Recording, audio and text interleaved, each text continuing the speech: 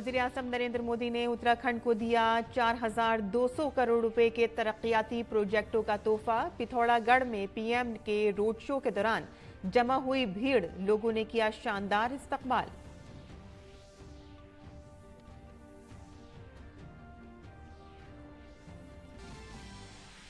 अपने उत्तराखंड के दौरे के दौरान वज़ीर-ए-आज़म ने पिथौरागढ़ के पार्वती कुंड मंदिर में की पूजा, मुकद्दस आदि कैलाश का किया दौरा और गुंजी गांव के लोगों और फौजी जवानों से की मुलाकात। जागेश्वर धाम में ज्योतिर्लिंग का किया दौरा। वज़ीर-ए-आज़म ने स्किल कॉन्वोकेशन में वीडियो पैगाम के जरिए तलबा से किया खिताब। स्किल इंडिया की मुख्तलिफ स्कीमों के तहत तरबियत मुकम्मल करने वाले तलबा के लिए मुनक़िद हुई एजाज़ी तकरीब।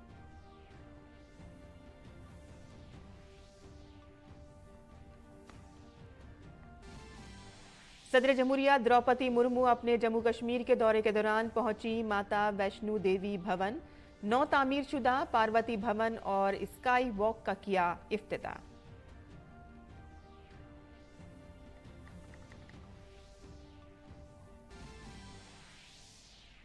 और बक्सर ट्रेन हादसे में रेलवे ने हलाक होने वालों के लवाहिकीन को फीकस 10 लाख रुपए और जख्मियों को 50,000 रुपए की इमदादी रकम देने का किया ऐलान। महलूकीन के लवाहिकीन को बिहार हुकूमत से भी मिलेंगे 4-4 लाख रुपए और जख्मियों को 50-50 हजार रुपए। वज़ीर-ए-आज़म नरेंद्र मोदी ने हादसे पर गहरे दुख का किया इजहार। और इजराइल और हमास के दरमियान तनाज़ा जारी और अब तक 2,200 से ज़ायद अफराद हो चुके हैं हलाक। इजराइल के वज़ीर-ए-आज़म बेंयामिन नेतन्याहू ने बयान जारी करते हुए हमास को दी सख्त वार्निंग, गजा में लोग संगीन इंसानी बहरान का शिकार।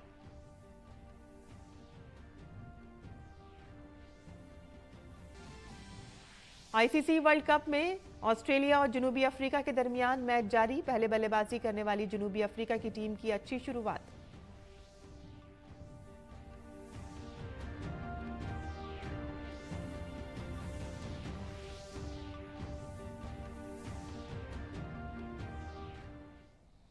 आदाब नाज़रीन, खबरनामे में आपका इस्तकबाल है। मैं हूं साइमा खान। अब खबरें तफसील से। वज़ीर-ए-आज़म नरेंद्र मोदी का आज उत्तराखंड का दौरा है और इस दौरान उन्होंने कुमाऊं डिवीजन पहुंचने पर उनका पुरतपाक इस्तकबाल किया गया। हवाई पट्टी से जलसे के मकाम तक SS वाल्दिया स्पोर्ट स्टेडियम तक रोड शो में सड़क के दोनों तरफ लोगों के हुजूम ने उनका इस्तकबाल किया। कई मकामात पर लोक रक्स भी मुनक़िद किए गए।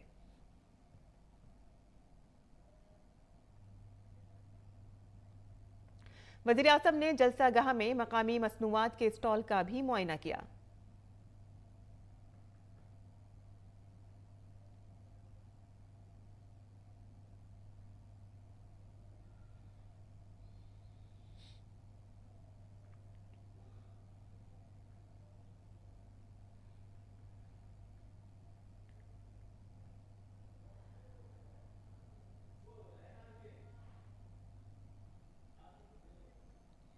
और इसके बाद वज़ीर-ए-आज़म ने आज उत्तराखंड के लिए 4,200 करोड़ रुपए के प्रोजेक्टों का संगे बुनियाद रखा और इफ्तिताह किया, जिसमें ज़राअत, बागबानी और इंफ्रा डेवलपमेंट की स्कीमें शामिल हैं।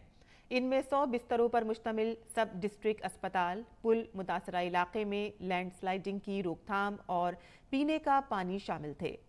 उन्होंने प्रधानमंत्री ग्रामीण सड़क योजना के तहत बनाए गए 70 सड़कों और 15 पुलों का भी इफ्तिताह किया। वहीं 20 मॉडल कॉलेजों, 15 हॉस्टल्स और कंप्यूटर लैब, हल्द्वानी स्टेडियम में हॉकी ग्राउंड, मानसंगटा में मंदिरमाला के तहत अल्मोड़ा के जागेश्वर धाम, पिथौरागढ़ के हाट कलिका, गंगोलीहाट और नैनीताल के नैना देवी मंदिर के बुनियादी ढांचे के तरक्याती कामों का भी उन्होंने संगे बुनियाद रखा। वज़ीर-ए-आज़म ने कहा कि मौजूदा मरकजी हुकूमत की पॉलिसियों की वजह से मुल्क में गुर्बत कम हो रही है। उन्होंने अपोजिशन को आड़े हाथों लिया और पहले सिर्फ गुर्बत मिटाओ का नारा दिया जाता था, लेकिन अब सब मिलकर गरीबों की फलाह बहबूद के लिए काम कर रहे हैं। 13.5 करोड़ लोग गरीबी से बाहर 5 साल में आना, ये अपने आप में दुनिया अचरज कर रही है। ये 13.5 करोड़ लोग कौन है? इनमें से बहुत सारे लोग आपकी तरह ही पहाड़ों में रहने वाले हैं, सुदूर इलाकों में रहते हैं। ये 13.5 करोड़ लोग इस बात का उदाहरण है कि भारत अपनी गरीबी मिटा सकता है। वज़ीर-ए-आज़म ने सरहदी इलाकों की तरक्की के लिए अज़्म का इज़हार किया। उन्होंने बताया कि सरहदी इलाकों में बुनियादी ढांचे की तरक्की के हवाले से साबका मरकज़ी हुकूमत और मौजूदा मरकज़ी हुकूमत के दरमियान किस किस्म की पॉलिसी तब्दीलियाँ हुई हैं। वज़ीर-ए-आज़म ने कहा कि अब सरहद पर वाक़े देहात आखिरी गाँव नहीं बल्कि पहले गाँव की तरह तरक्की कर रहे हैं। पिछली हुकूमतों की सोच को पीछे छोड़कर अब नया भारत तरक्की कर रहा है। भारत की पूरी सीमा, उस पर हम आधुनिक सड़कें बना रहे हैं, सुरंगें बना रहे हैं, पुल बना रहे हैं। बीते 9 वर्षों में सिर्फ बॉर्डर एरियाज में ही 4,200 किलोमीटर से ज्यादा लंबी सड़कें बनाई गई है। हमने बॉर्डर के किनारे करीब 250 बड़े पुल और 22 सुरंगें भी बनाई है। आज भी इस कार्यक्रम में अनेक नए पुलों के लिए शिलान्यास हुआ है। अब तो हम बॉर्डर तक ट्रेनों को भी लेकर आने की तैयारी कर रहे हैं। उन्होंने कहा कि मुल्क हर शोबे में तरक्की कर रहा है। खवातीन को बाइख्तियार बनाना हो या खेलों का मैदान हो या किसानों का या मुल्क के फौजियों का, मुल्क अब मायूसियों को पीछे छोड़ते हुए तेजी से आगे बढ़ रहा है। एक समय था चारों तरफ निराशा का माहौल था। पूरा देश जैसे मानो निराशा में डूब गया था। तब हम लोग हर मंदिर में जाकर यही कामना करते थे कि भारत जल्द से जल्द मुश्किलों से बाहर निकले। हर भारतीय सोचता था कि हजारों करोड़ के घोटालों से देश को मुक्ति मिले। सबकी कामना थी कि भारत का यश बढ़े। आप देखिए, चुनौतियों से घिरी दुनिया में, दुनिया का हाल आप देख रहे हैं। चुनौतियों से घिरी दुनिया में भारत की आवाज कितनी बुलंद होती जा रही है।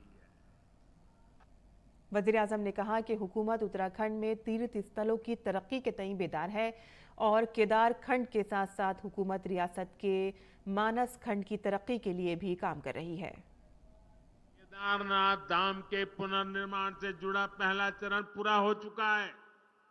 श्री बद्रीनाथ धाम में भी सैकड़ों करोड़ रुपयों की लागत से अनेक काम हो रहे हैं। केदारनाथ धाम और श्री हेमकुंड साहिब में रोपवे का भी काम पूरा होते ही दिव्यांग और बुजुर्ग तीर्थयात्रियों को बहुत सुविधा होने वाली है। हमारी सरकार केदार खंड के साथ साथ, और मैं आज इसलिए यहां आया हूं, मुझे मानस खंड को भी उस ऊंचाई पर ले जाना है। केदार खंड और मानस खंड की कनेक्टिविटी पर भी हम बहुत बल दे रहे हैं। जो लोग केदारनाथ बद्रीनाथ धाम जाते हैं, वे जोगेश्वर धाम, आदि कैलाश और ओम पर्वत भी आसानी से आ सके, ये प्रयास किया जा रहा है। वज़ीर-ए-आज़म नरेंद्र मोदी ने आज उत्तराखंड के दौरे पर उत्तराखंड में जागेश्वर धाम के दर्शन किए। जागेश्वर धाम बेमिसाल तामीराती फन का गवाह है। मंदिर 8वीं सदी और 12वीं सदी के दरमियान तामीर किया गया था। इसमें बड़े पत्थरों का इस्तेमाल किया गया है। कॉम्प्लेक्स में 2 ज्योतिर्लिंग हैं, जिनमें से एक जागेश्वर धाम ज्योतिर्लिंग है और दूसरा दुनिया का कदीम तरीन महामृत्युंजय ज्योतिर्लिंग है।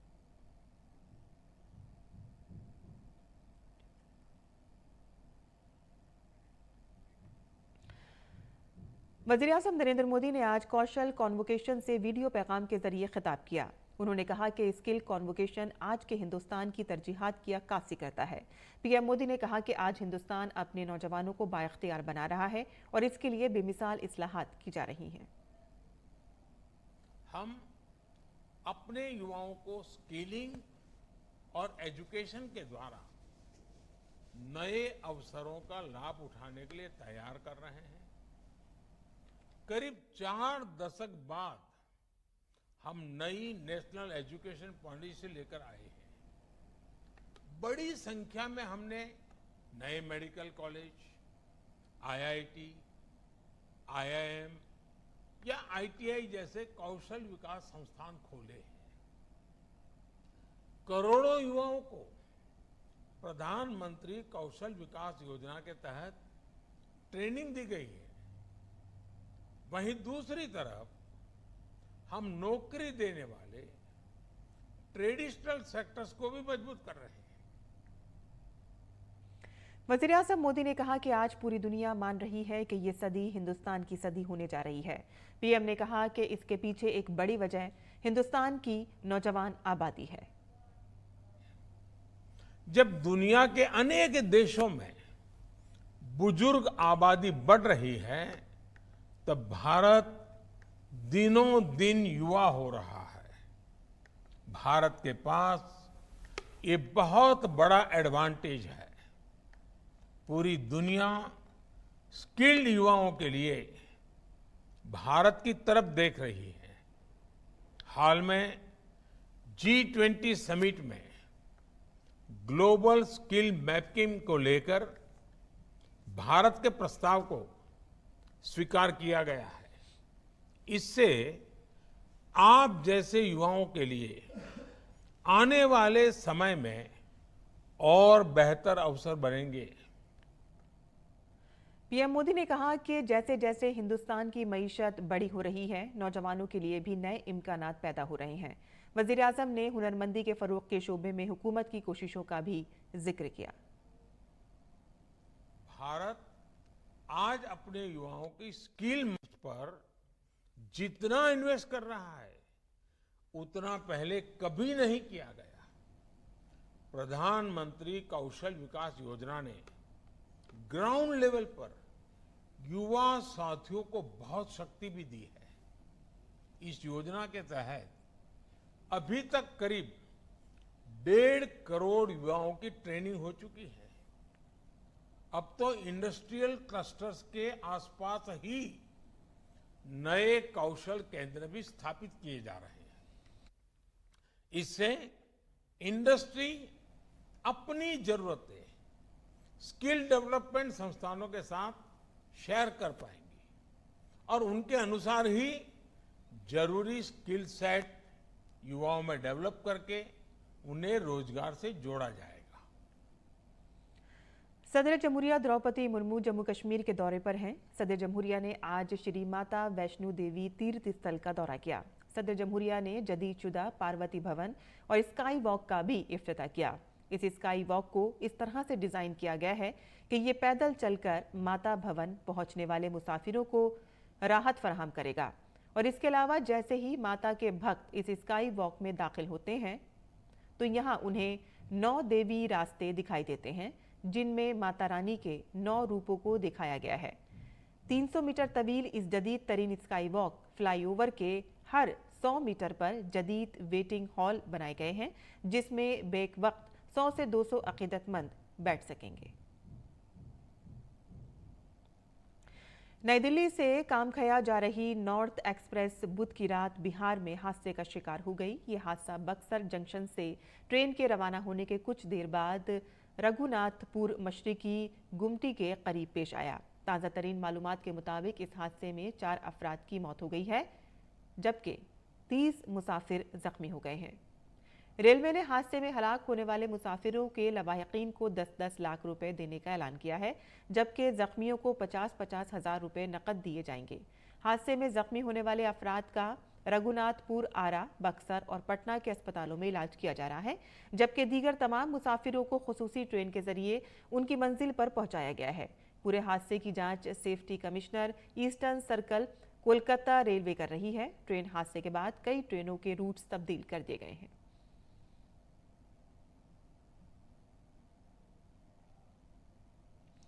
वज़ीर-ए-आज़म नरेंद्र मोदी ने बक्सर में ट्रेन हादसे पर दुख का इजहार किया है। सोशल मीडिया साइट एक्स पर वज़ीर-ए-आज़म के ऑफिस की जानिब से एक पोस्ट में कहा गया है कि नॉर्थ ईस्ट एक्सप्रेस के कुछ डिब्बे पटरी से उतरने की वजह से जानी नुकसान पर गमज़दा हूँ। सोगवार खानदानों से ताज़ियत।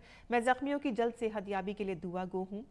हुक्काम तमाम मुतासरा लोगों को हर मुमकिन मदद फराहम कर रहे हैं। वज़ीर-ए-आज़म नरेंद्र मोदी इस वाक़े पर रद्द-ए-अमल जाहिर करते हुए रियासत के वज़ीर आला नीतीश कुमार ने कहा कि जैसे ही वाक़े की इत्तला मिली वहां बचाव का काम शुरू कर दिया गया। हादसे में 4 अफराद हलाक हो गए हैं। उन्होंने बताया है कि मरने वालों के लवाहिकीन को फीकस 4 लाख रुपए और जख्मियों को 50,000 रुपए दिए गए हैं। सब लोगों ने वहाँ पर काम किया है। 4 का डेथ हो गया, 1 का रिश्ता यहाँ का है, बिहार वालों से देखकर बाहर का, और हम सब लोगों को मदद करने वाले हैं। आप जान लीजिए, हम सबको उसके परिवार को 4-4 लाख देंगे और जितने भी इंजर्ड हैं उन सब लोगों के लिए भी हम लोग 50,000 रुपया देने वाले हैं। अब बहुत दुखद है उसके लिए जितना भी काम, हालांकि तो उनका घा बनवे रेल का मामला है, लेकिन फिर भी जैसे ही पता चला है रात में ही सारे अधिकारी जगह रहे, हमको भी सूचना दे दिया था और एक तरह से देख लिया है। तो दुख की बात है जो घटना जो भी घटी है, लेकिन राज्य सरकार की तरफ से भी सबको पूरा तरफ से कोऑपरेट किया है। और उत्तर प्रदेश के वजीर आला योगी आदित्यनाथ राष्ट्रीय स्वयं सेवक संघ के सरबराह मोहन भागवत और योगा गुरु स्वामी रामदेव ने रोहतक में मूर्ति प्राण पर प्रतिष्ठा की तकरीब में शिरकत की। तकरीब में राष्ट्रीय स्वयं सेवक संघ के सरबराह मोहन भागवत ने कहा कि सनातन धर्म का तसव्वुर ही हिंदू राष्ट्र है। सनातन धर्म का भारतीय सकाफत में अहम हिस्सा है। सनातन धर्म यानी हिंदू धर्म यानी हिंदुस्तान, सनातन धर्म ही हिंदू राष्ट्र है। अपनी सारी संस्कृति उसी सनातन पर आधारित है, अपने धर्म के सारे मूल्य उसी सनातन पर आधारित है। और आगे की बात करते हैं, जहां उत्तर प्रदेश के वजीर आला योगी आदित्यनाथ ने कहा कि हमारा मुल्क कसरत में वहदत के लिए पूरी दुनिया में जाना जाता है। हमारा सनातन धर्म कसरत में वहदत के इस तसव्वुर को पूरा करता है। यहां पर जो समारोह हो रहा है, इस समारोह इस बात को भी प्रदर्शित करता है, न जाति भेद है, न मत और पंथ का भेद ही है। सब लोग एकजुट एक मंच पर आकर के एक जगह बैठे हैं, कोई भेद नहीं है। इस सनातन धर्म की दूसरी कड़ी अपने पूर्वजों और विरासत के प्रति अपने दायित्वों का ईमानदारी पूर्वक निर्वहन करना। वज़ीर दिफा राजनाथ सिंह ने अपने 2 मुल्कों के दौरे यूरोप के ख़त्म से कबल पेरिस में फ्रांस की मुसल्लह अफ़वाज के वज़ीर सेबेस्टियन लेक्रोनोस के साथ 5वीं सालाना दिफाई मुज़ाकरात में हिस्सा लिया। दोनों वुज़रा ने इलाकाई सूरत हाल के जायजे से लेकर दिफाई सनती ताउन को बढ़ाने पर तवज्जो मरकूज़ करते हुए फ़ौजी सतह पर जारी सरगर्मियों तक के वसी मौज़ूआत पर तबादला ख्याल किया। दोनों वुज़रा ने जारी दिफाई मंसूबों का जायजा लिया और दोनों ममालिक की दिफाई सनतों के दरमियान ताउन को गहरा करने के तरीक़ों पर तबादला ख्याल किया। उन्होंने स्पेस, साइबर और मसनूई जहानत जैसे मखसूस डोमेन्स में मुमकिना ताउन पर भी तबादला ख्याल किया। मुलाकात से कबल फ्रांसीसी वजारत दिफा में उन्हें गार्ड ऑफ ऑनर दिया गया और इससे पहले राजनाथ सिंह ने पेरिस के करीब गैनविलियर्स में सैफरान इंजन डिवीजन के R&D सेंटर का दौरा किया और एरो इंजन टेक्नोलॉजी में जदीद तरीन तरक्की का मुशाहिदा किया। उन्होंने भारत के साथ ताउन के मंसूबों पर तवज्जो मरकूज करते हुए फ्रांस की आला दिफाई कंपनियों के CEO से भी मुलाकात की। उन्होंने भारत में मुश्तरका तरक्की और मुश्तरका पैदावार के फ़वाइद पर रोशनी डाली, जिसमें तीसरे ममालिक को बरामद के इम्कानात भी शामिल हैं। उन्होंने भारतीय बाजार के फ़वाइद जैसे कि एक बड़े हुनरमंद इंसानी वसाइल की बुनियाद, आलमी मयार का बुनियादी ढांचा और एक मजबूत कानूनी फ़न तामीर पर रोशनी डाली। वज़ीर दिफा ने वहां मौजूद भारतीय कम्युनिटी से भी बातचीत की। दिल्ली में आप और बीजेपी के दरमियान सियासी जंग तेज हो गई है। बीजेपी लीडर और कारकुन एक बार फिर से सड़कों पर निकल आए हैं। दिल्ली हुकूमत के खिलाफ एहतजाज जारी है। रियासती भारतीय जनता पार्टी के कारकुनों और रहनुमाओं ने कौमी दारुल हुकूमत दिल्ली में आम आदमी पार्टी के दफ्तर के सामने जबरदस्त मुजाहिरा किया। एहतजाज में शामिल रहनुमाओं और कारकुनों ने दिल्ली हुकूमत पर कई संगीन इल्जामात लगाए हैं। बीजेपी ने केजरीवाल हुकूमत को घेरा है और वो शराब घपले पर एहतजाज कर रही है। एहतजाज में शामिल कारकुनों का गुस्सा उरूज पर है। बीजेपी कारकुनों ने वजीर आला अरविंद केजरीवाल और रियासती हुकूमत के खिलाफ नारेबाजी भी की है। पंजाब के शहर लुधियाना में रहने वाले 11वीं क्लास के तालिबे इल्म ने वेस्ट का इस्तेमाल कर जहाज बना डाला है। बचपन से टेक्नोलॉजी में दिलचस्पी रखने वाले ये तालिबे इल्म ने सोशल मीडिया की मदद से अपना ख्वाब पूरा किया है। तनीश प्रीत अब तक 25 तैयारे बना चुके हैं। देखते हैं हमारी ये खास रिपोर्ट। हुनर उम्र पर मुनहसिर नहीं होता। लुधियाना के एक तालिबे इल्म तनीश प्रीत सिंह ने ये साबित कर दिया। जिस उम्र में तालिबे इल्म खेल कूद में मसरूफ होते हैं, वो हवाई जहाज बना रही होते हैं, वो भी जुगाड़ से। आमतौर पर जो अशिया हम कूड़ा समझकर फेंक देते हैं, उन्हीं चीजों का इस्तेमाल जहाज बनाने में किया गया है। जब मैं छोटा था, सबको शौक होता है साइंस प्रोजेक्ट्स का। आपने देखा होगा थर्ड फोर्थ में इलेक्ट्रॉनिक्स का, अपना ये फैन का हो गया, कार का, कि हमने खुद की रिमोट कंट्रोल कार बनानी है। वैसे ही मुझे शौक था कि जैसे हम पेपर के में बनाते हैं, वैसे ही मैं एक अपना रिमोट कंट्रोल फ्लाइंग वाला प्लेन बनाऊं। इन दिनों बच्चों की सोशल मीडिया की लत की वजह से वालिदैन अपने बच्चों को सोशल मीडिया से दूर रखना चाहते हैं, लेकिन सोशल मीडिया का सही इस्तेमाल भी किया जा सकता है। ये तनीश प्रीत से सीखा जा सकता है।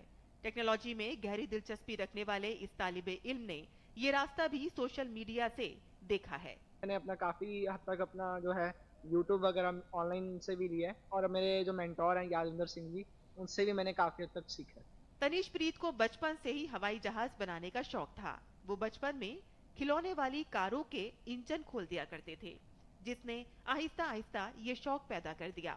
बचपन से ही इसको इलेक्ट्रॉनिक्स चीज़ों का पार्ट से खेलने का शौक था। मैं तो ये कहूँगी कि छोटा होता ही ये मोटर, फैंस वगैरह, छोटे छोटे मोटर के अंदर फैन लगा के चलाना, ये ऐसी छोटी छोटी हरकतें बड़ा करता होता था। धीरे धीरे इसका ये शौक मीडिया के थ्रू, जो हमारा ये मीडिया है, यूट्यूब चैनल्स वगैरह है, इसके थ्रू इसका और डेवलप हुआ।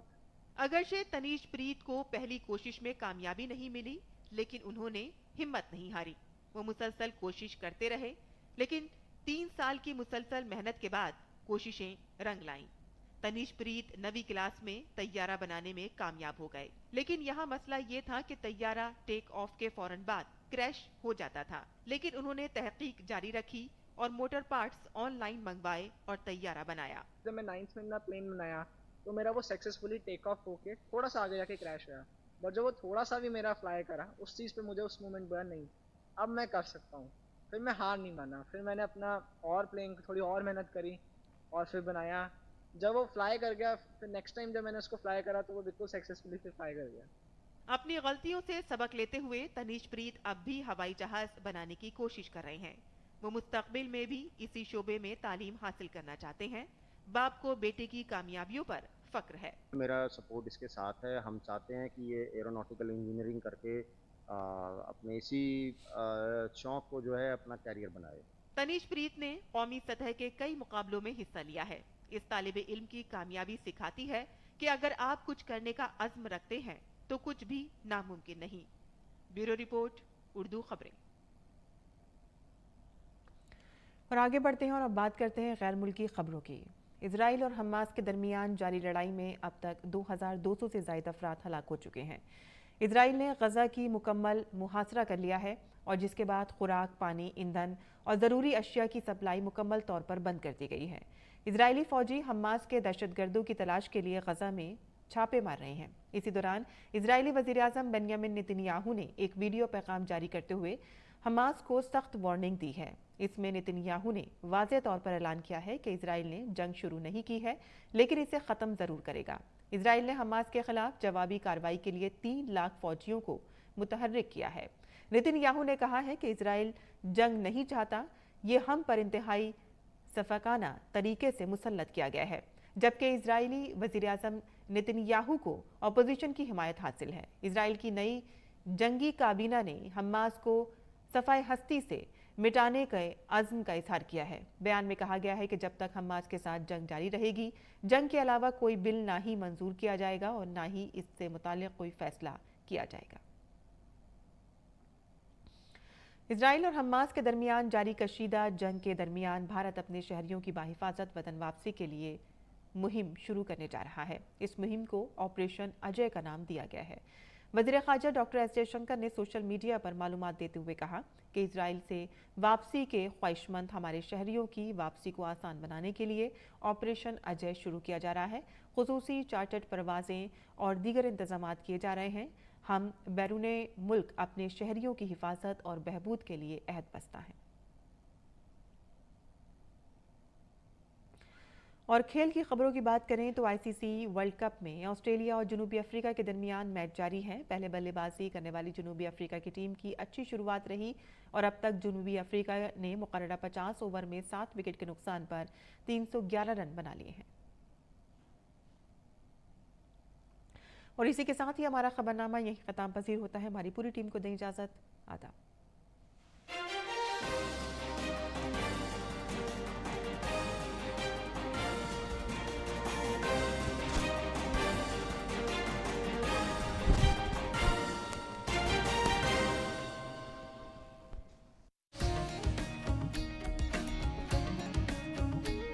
अपने दम पर जैसा चाहा मेहनत से वैसा कर डाला। मैंने हाथों की गर्मी से मिट्टी को सोना कर डाला। महिला किसान भारत की शान।